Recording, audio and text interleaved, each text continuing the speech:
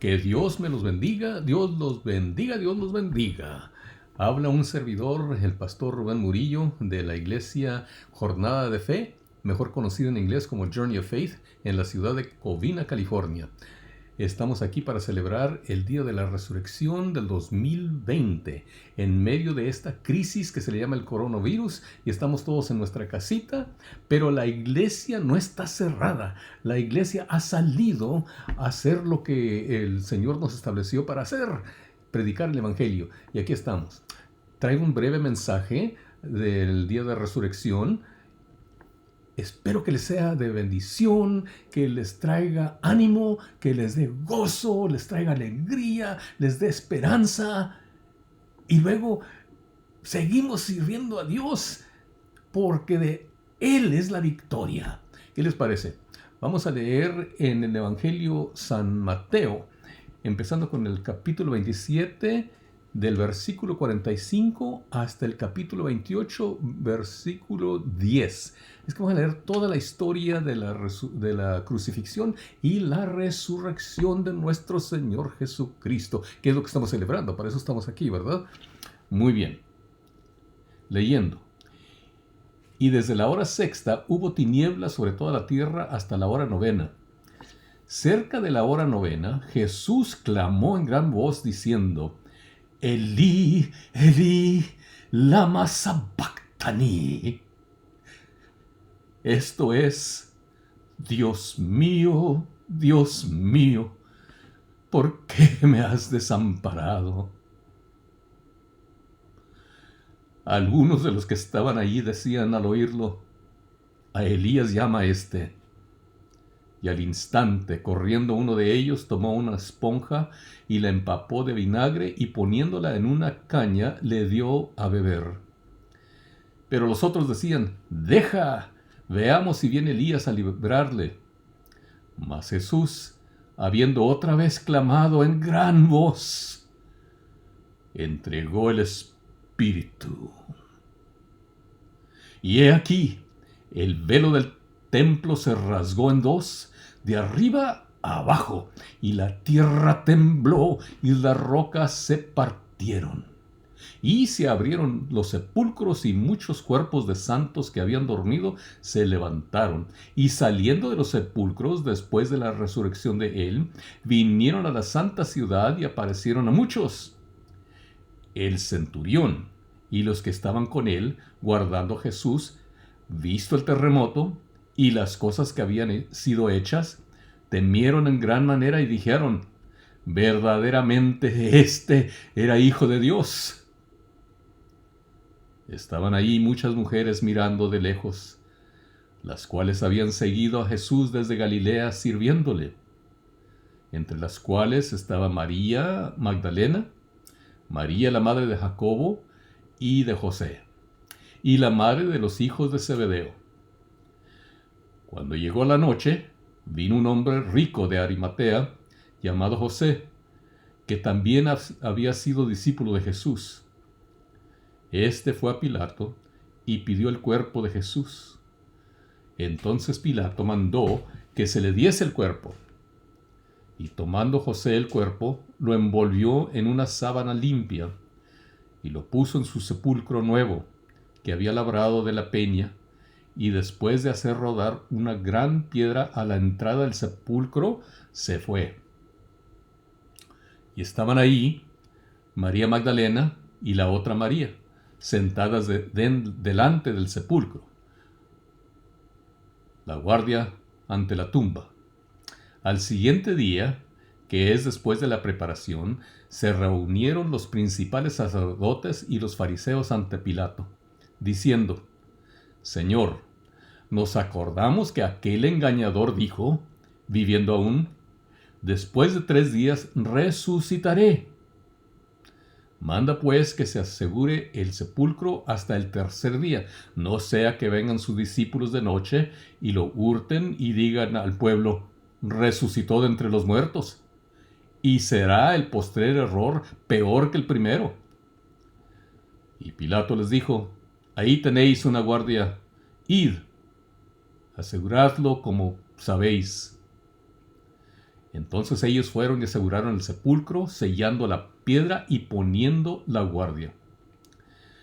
Pasado el día de reposo, al amanecer del primer día de la semana, vinieron María Magdalena y la otra María a ver el sepulcro. Y hubo un gran terremoto, porque un ángel del Señor, descendiendo del cielo y llegando, removió la piedra y se sentó sobre ella. Su aspecto era como un relámpago y su vestido blanco como la nieve. Y de miedo de él, los guardas temblaron y se quedaron como muertos. Mas el ángel, respondiendo, dijo a las mujeres: No temáis vosotras, porque yo sé que buscáis a Jesús, el que fue crucificado. No está aquí, pues ha resucitado como dijo. Venid, ved el lugar donde fue puesto el Señor. E id pronto, y decid a sus discípulos que ha resucitado de los muertos, y he aquí va delante de vosotros a Galilea. Ahí le veréis. He aquí, os lo he dicho. Entonces ellas, saliendo del sepulcro con temor y gran gozo, fueron corriendo a dar las nuevas a sus discípulos. Y mientras iban a dar las nuevas a los discípulos, he aquí, Jesús les salió al encuentro diciendo: ¡Salve! Y ellas, acercándose, abrazaron sus pies y le adoraron. Entonces Jesús les dijo: No temáis. Id, dad las nuevas a mis hermanos para que vayan a Galilea, y allí me verán. Esta es la historia de la muerte y la resurrección de Jesucristo. Lo primero que hay que establecer es que a Jesús no lo mataron. No lo mataron. Por más que trataron de matarlo, torturarlo hasta la muerte, no pudieron porque todavía no era su tiempo. El azote o los latigazos que se daban en aquel entonces, los judíos podían dar solo 40 azotes. Y eran tan meticulosos que tenían mucho cuidado de no pasarse de los 40. Por eso cuando azotaban 40 menos 1, o sea 39. Pero los romanos no tenían tal ley. Ellos azotaban hasta volver loco, hasta que perdiera el conocimiento la persona. Muchos morían de los azotes, que era tan cruel. Hemos oído de la muerte de Jesús y todos los detalles que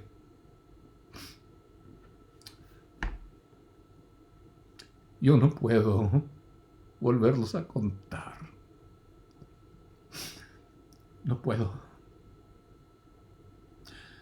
Jesús dijo en el Evangelio de San Juan, el capítulo 10, verso 18, nadie me la quita, hablando de su vida, nadie me la quita, sino que yo de mí mismo la pongo. Tengo poder para ponerla y tengo poder para volverla a tomar. Este mandamiento recibí de mi Padre. Jesucristo tenía todo el poder. En otro lugar nos dice que toda potestad se me es dada en el cielo y en la tierra. El creador del universo, el que nos dio vida, el que sopló el aliento de vida en Adán y que todavía inhalamos nosotros para poder vivir. Él era rey, señor y tenía dominio sobre su propia muerte. A él no lo mataron. Él puso su vida cuando ya era tiempo. Leemos también en el Evangelio de San Juan, capítulo 19, verso 30, y estoy leyendo en letra grande porque no alcanzo a leer bien la otra. Cuando Jesús hubo tomado el vinagre, dijo: consumado es.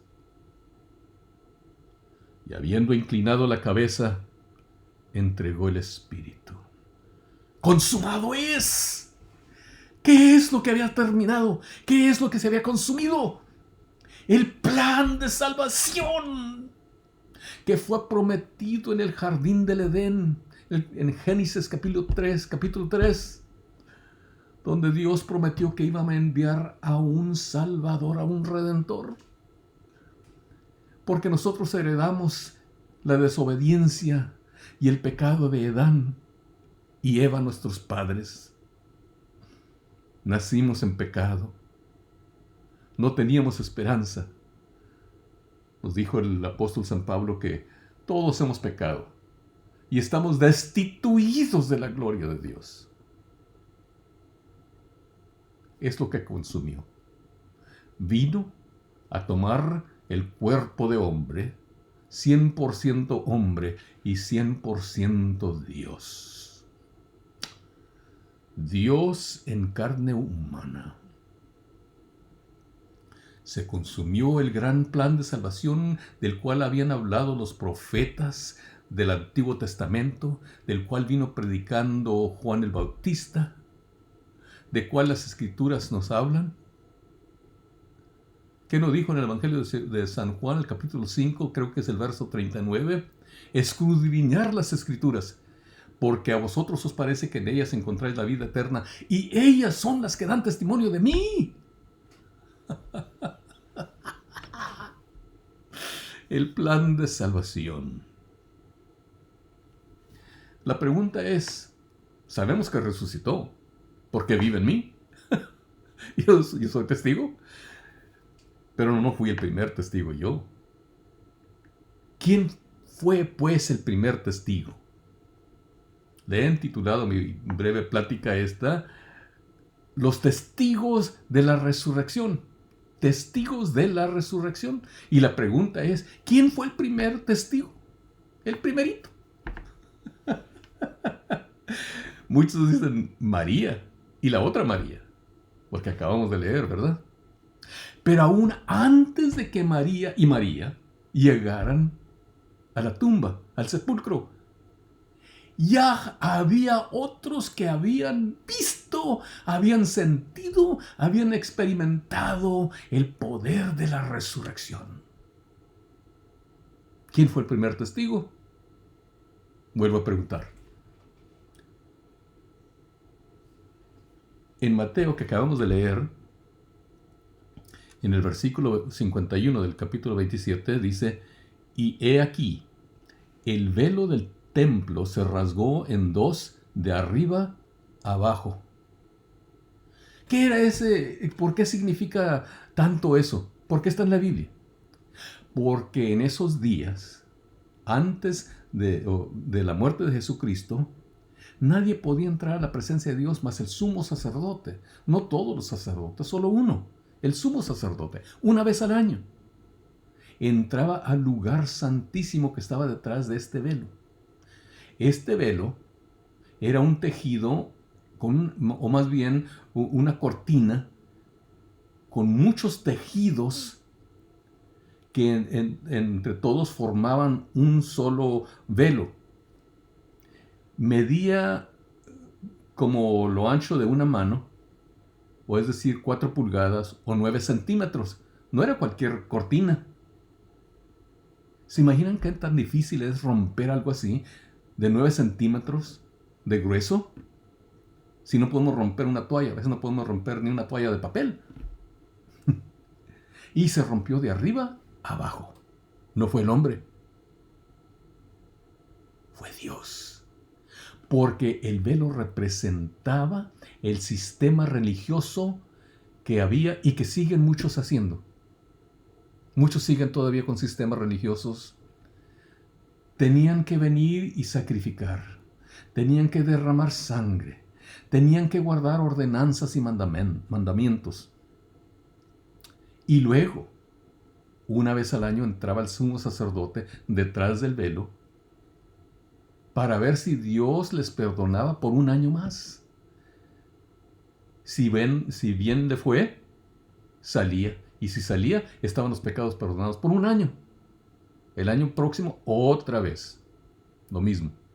Ya llevaban años y años, generaciones haciendo eso. Pero ahora el primer testigo de que se había consumado el sistema viejo y que ahora había un poder nuevo fue el sistema religioso. Amigo mío, si estás siguiendo un sistema, si crees que por hacer sacrificios, por hacer votos, por guardar mandamientos, en portarte bien, en hacer cosas, buenas obras, vas a ganar el cielo, estás muy equivocado. Perdóname. El primero que fue testigo del poder de la resurrección fue el sistema viejo religioso. Jesús resucitó y el sistema viejo murió. Después de eso, ya no hubo nunca más, nunca ha habido hasta este día, no ha habido sacrificios allí. Porque ¿cómo podían entrar? Ahora el velo ya no estaba, se había rasgado. A los 70 años después, o al año 70 del Señor Jesucristo, los romanos tumbaron el templo completamente piedra por piedra y lo arrojaron al mar. Lo único que queda es una pared. O la parte de una pared. Y ahí va todo, todavía con su sistema religioso, ahí van todos a buscar a Dios. A darse golpes en el pecho. Y a dejar su petición ahí en la pared. Pero ese sistema ya murió. Dio testimonio de que Cristo había muerto y había resucitado. Y es un testimonio que todos podemos dar, porque nos dice el apóstol San Pablo que si alguien está en Cristo, nueva criatura es. Te vuelve a crear vida nueva. El sistema viejo, el hombre viejo muere. ¡Gloria a Dios! ¡Ay, qué bendición! Por ahí alguien que esté escuchando debe decir, ¡Gloria a Dios! ¡Amén! ¡Aleluya! Algo, un grito. ¡Aleluya! El segundo testigo que dio testimonio de que Jesucristo había resucitado, había vencido la muerte, fue la misma naturaleza. Nos dice el mismo verso 51, y la tierra tembló y las rocas se partieron. ¿Cuándo hemos visto que una roca, una piedra, se deshaga sola? Nunca. Porque aún el mundo, la tierra, está contaminada con pecado. Por eso hay infecciones, por eso hay enfermedades, por el pecado que ha entrado a este mundo. Pero cuando Jesús murió y llegó abajo, entre la misma naturaleza, en la tierra, el mismo poder de Jesucristo no pudieron aguantar. Las piedras, la tierra no pudo aguantar. Tuvo que dar testimonio de que Cristo vive. Dijo Jesucristo que si no me alaban, las rocas lo harán. Y en ese momento las rocas lo hicieron. Se estallaron, se explotaron, se despedazaron y dijeron, ¡Gloria a Dios! ¡Él vive!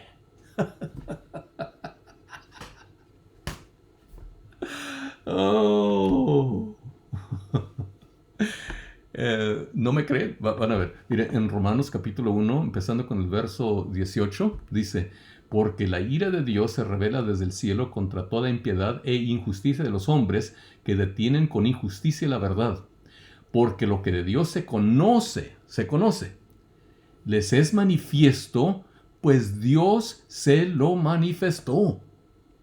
Porque las cosas invisibles de Él, su eterno poder y deidad, se hacen claramente visibles desde la creación del mundo, siendo entendidas por medio de las cosas hechas, de modo de que no tienen excusa. Aún las piedras dan testimonio de que Cristo vive al contemplar los cielos, la obra de sus dedos, las estrellas, todo lo que Él ha creado. ¿Cómo podemos creer? ¿Cómo podemos seguir creyendo que Dios no existe o que Jesucristo fue solamente un hombre cualquiera y que murió y ahí se acabó? No, no, no, hermano mío. La misma naturaleza da testimonio de que Jesucristo vive. ¿Quién más? El sistema religioso dio testimonio porque murió. La naturaleza dio testimonio porque alabó a Dios. Y luego dice que los muertos, había muertos allí. Muertos, dice santos. En algunas versiones dice santos. Son gentes que habían creído en Jesucristo porque estaban esperando al Mesías y habían muerto sin verlo, pero tenían fe. El capítulo 11 del libro de Hebreos nos menciona toda una galería de los héroes de la fe que nunca vieron lo que sus ojos anhelaban, no lo lograron, murieron con esa esperanza. Y yo creo que son los que resucitaron. Dice que se abrieron los sepulcros y muchos cuerpos de santos que habían dormido se levantaron. Y saliendo de los sepulcros, después de la resurrección de Él, vinieron a la santa ciudad y aparecieron a muchos. Dieron testimonio. Yo no sé usted, pero si yo hubiera escuchado a uno de ellos, ahí viene mi abuelo. No, sí, es mi abuelo, no te digo. Y vienen otros con él. Y son los que estaban sepultados allí en el cementerio. Pero ¿cómo es eso? Ay, abuelo, ¿eres tú? Sí, soy yo. Y fíjate que por qué ando aquí.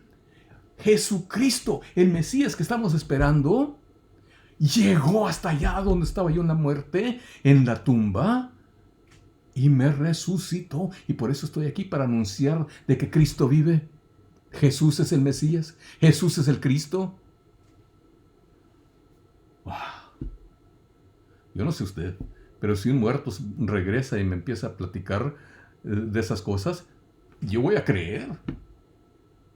Yo le hago preguntas, abuelo, ¿te acuerdas de esto? Y te acuerdas, para asegurarme de que era mi abuelo, ¿verdad? Eran ellos, los muertos resucitaron. Había muchos, dice muchos. Y anduvieron por toda la ciudad dando testimonio. Con razón, a los 40 días, cuando Pedro predicó, hubo miles que aceptaron a Jesucristo. ¿Cómo no iban a creer? ¿A poco creen mejor los muertos en Jesucristo que muchos de nosotros? No, no puede ser, hermano. No puede ser. No puede ser. Hay otra escritura que me gusta mucho. Es en 1 Corintios capítulo 15, empezando con el verso 51. Dice, he aquí os digo un misterio. La muerte es un misterio, ¿eh? No todos dormiremos, pero todos seremos transformados. En un momento, en un abrir y cerrar de ojos, a la final trompeta, porque se tocará la trompeta y los muertos serán resucitados incorruptibles y nosotros seremos transformados. Porque es necesario que esto corruptible se vista de incorrupción y esto mortal se vista de inmortalidad. Y cuando esto corruptible se haya vestido de incorrupción y esto mortal se ha vestido de inmortalidad, entonces se cumplirá la palabra que está escrita. ¿Qué es lo que hizo Jesús? Yo creo que estas son las palabras de Cristo, lo que está citando aquí el apóstol San Pablo. ¿Dónde está, oh muerte, tu aguijón? ¿Dónde, oh sepulcro, tu victoria? ¿Dónde está? ¿No que en la muerte se terminaba todo? No. Jesucristo ha vencido. Jesucristo ha vencido.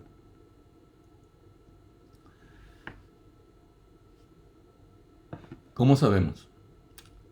el apóstol San Pedro también nos habla de esto en el capítulo 3 de Primera de Pedro, porque también Cristo padeció una sola vez, por los pecados, el justo por los injustos, para llevarnos a Dios, siendo a la verdad muerto en la carne, pero vivificado en espíritu, en el cual también fue y predicó a los espíritus encarcelados. ¿Quiénes son esos espíritus encarcelados? No eran los santos, porque los santos no estaban allá encarcelados, ellos estaban descansando al lado de Abraham en el paraíso. Antes de Jesús, cuando un santo o un justo por fe moría, se iba a un lugar de espera que se llama el paraíso, donde Abraham los consolaba. Sabemos de la historia de Lázaro y el rico, que Lázaro es a donde fue. El rico, que no tenía temor de Dios, no había aceptado a Cristo, ni al Mesías, ni creía nada de eso. Cuando él murió, los demonios. Esa es la implicación, porque a Lázaro se le llevaron los ángeles. ¿Y al rico quién se lo llevó? Los otros ángeles. Demonios. A un lugar de tormenta. Dijo el rico: Señor Abraham, pídele a Lázaro que vaya y por lo menos se moje el dedo y venga y me toque la lengua, porque estoy ardiendo aquí.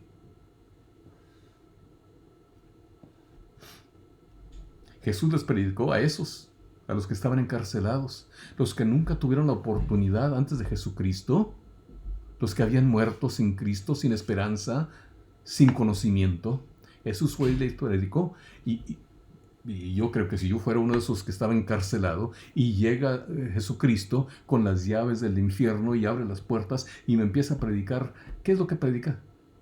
Yo soy la resurrección y la vida. El que cree en mí, aunque esté muerto, vivirá. Le dijo al ladrón que estaba a su lado, Jesucristo, cuando estaba en la cruz, sabía que iba a morir. Le dijo: vas a morir, pero hoy mismo estarás conmigo en el paraíso. La muerte no tiene victoria. El sepulcro no te va a retener ahí. No.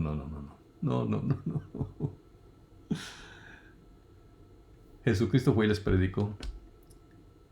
Y esos muertos dieron testimonio.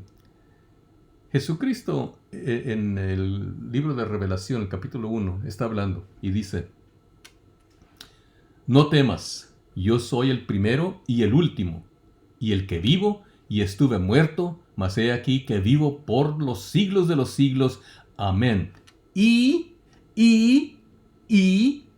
tengo las llaves de la muerte y del Hades. No es necesario que alguien se vaya al infierno. Jesucristo ya venció la misma muerte. Venció sobre el pecado. Se hizo pecado. Se hizo el holocausto para pagar por el pecado de todos los seres humanos que han vivido y vivirán.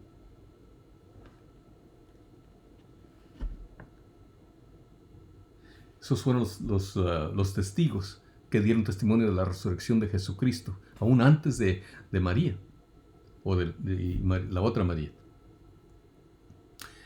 Otro testigo, antes de que María llegaran a la tumba, o que vieran a Jesucristo, fue el Espíritu Santo, la tercera persona de la Trinidad.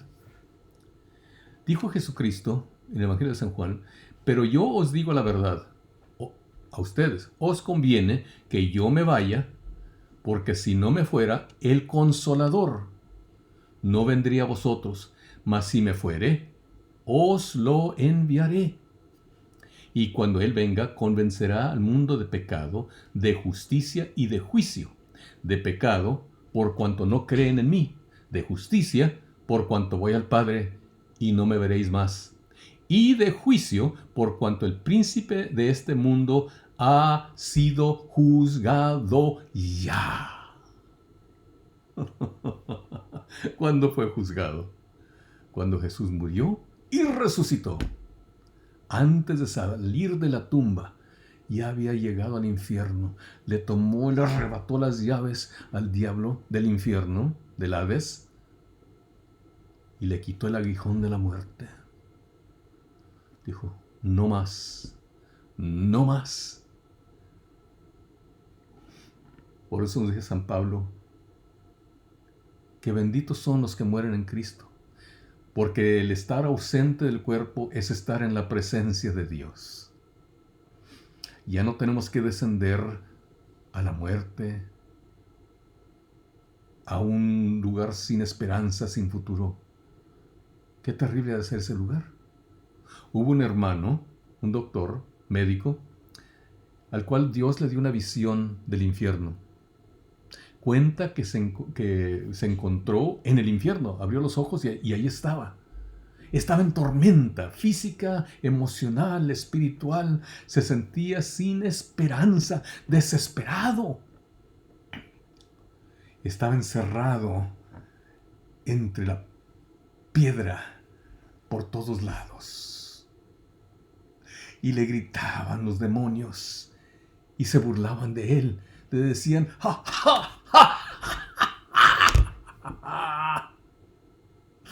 Aquí estás, porque tuviste la oportunidad. Oíste el Evangelio, pudieras haber aceptado, pero ahora te encuentras aquí. Bien que escuchaste, tuviste la oportunidad y la rechazaste. ¡Te engañamos!